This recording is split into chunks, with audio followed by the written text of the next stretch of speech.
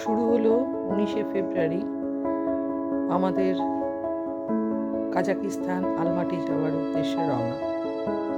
প্রথমে আমরা কলকাতা এয়ারপোর্ট থেকে এয়ার অ্যারাবিয়াতে গেলাম আবুধাবি। এই এয়ার অ্যারাবিয়াটা সস্তায় কলকাতা থেকে আলমাটি নিয়ে যেতে সুবিধে করে।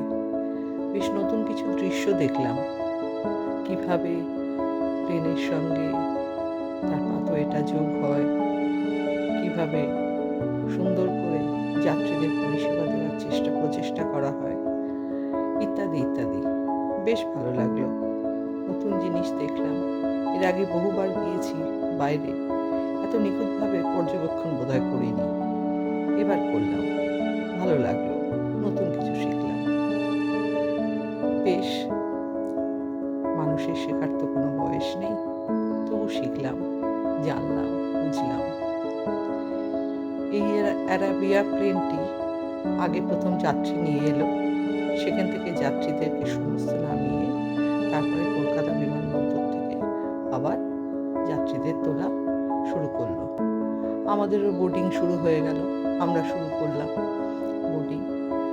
ভাল লাগছিল, নতুন উদ্দীপনা, নতুন উত্তেজনা, নতুন জায়গা দেখার আনন্দ, সব কিছু মিলেমিশে একাকার হয়ে যাচ্ছিল, ভালো লাগছিল। পরিষেবাটা কেমন এয়ার অ্যারাবিয়ার সেটাও জানতে ইচ্ছে করছিল। সবার মধ্যে প্রচণ্ড উদ্দীপনা, সবাই ছবি তুলছে, আনন্দ করছে, আর আমরা তো আছি। কলকাতাকে ছেড়ে যেতে হঠাৎ করে কেন যেন খারাপ লাগলো। বড্ড প্রাণের শহর, বড্ড ভালোবাসার শহর, তবু ফিরে তো আসবই আবার এই পশ্চিমবঙ্গের কোলে। বসলাম জায়গা নিয়ে, সুন্দর ব্যবস্থা, খুবই বেসিক, পা রাখার জায়গাটা ঠিকঠাকই আছে। আর বাকি সুযোগ সুবিধে বিশেষ কিছু নেই বললেই চলে। জলের বোতলটাও সম্ভবত দেয়নি, জলের বোতলও দেয়নি। খুব সস্তার প্লেন কিনা, তবু আমাদের আনন্দ। এখনকার মতন বিদায় কলকাতা বিমানবন্দর।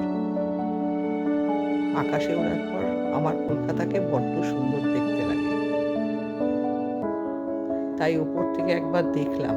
কি জানি, পৌঁছে গেলাম আবুধাবিতে খুব সুন্দর একটা সুযোগ পেলাম, জানি না কেন।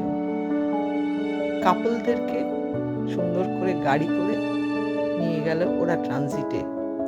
অনেকটা রাস্তা, নাহলে হেঁটে যেতে কষ্ট হতো।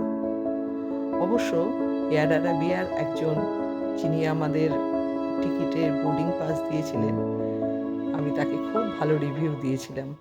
যাই হোক,